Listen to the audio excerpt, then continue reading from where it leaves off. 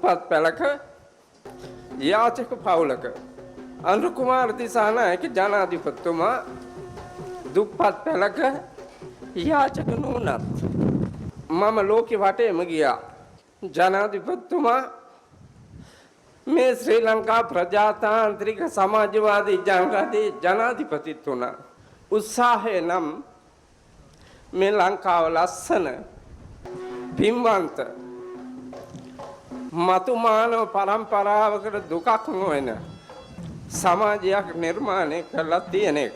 සෞභාග්‍යයෙන් සපිරි නැනසින් සහ ගුණයෙන් වැඩුණු සත්පුරුෂයන් නිර්මාණය වුණොත් අතීත ශ්‍රී ලංකාවේ අනුරාධපුර රාජධානියේ සිට නිර්මාණය වුණු මේ ලංකා සංස්කෘතිය අපිට ආපහු ආලෝකමත් කරන්න පුළුවන්. මේ පහළ මළුවට ගිහිල්ලා ආපහු බැලුවොත් ජනාධිපතිතුමනි මං රාජමහා විහාරයක් හදපු රජෙක් වගේ මට දැනෙනවා. අනුබුදු මහරහතන් වහන්සේ කර්මාන්තයන් 64ක් 18 කට්ටුවක මිනිස්සු ගෙනල්ලා නිර්මාණය කළා. ඒ නිර්මිත ශ්‍රී ලංකාවේ කන්ද නැහැ කියනවා නම් අඳින්න නැහැ කියනවා නම් ජීවත් වෙන්න විදිහක් නැහැ කියනවා නම් ඒක පාපයක්. ඒකේ යැලෙන්නේ නැතුව මේක ගොඩනගන්න මාන්සි ගන්න.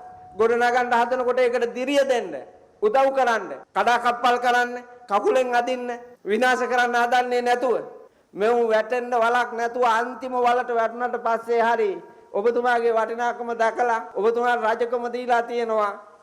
ඒ රජකම බාරගත්තා සේම රාජකීයත්වයේ ඒ කටයුතු ටිකත් මනාව සිද්ධ කළා මේ ලංකාවට ලස්සන ශ්‍රී ලංකාවක ස්වයංපෝෂිත මිනිස්සු සන්තෝෂයෙන් ජීවත් වෙන මිනිස්සු මතු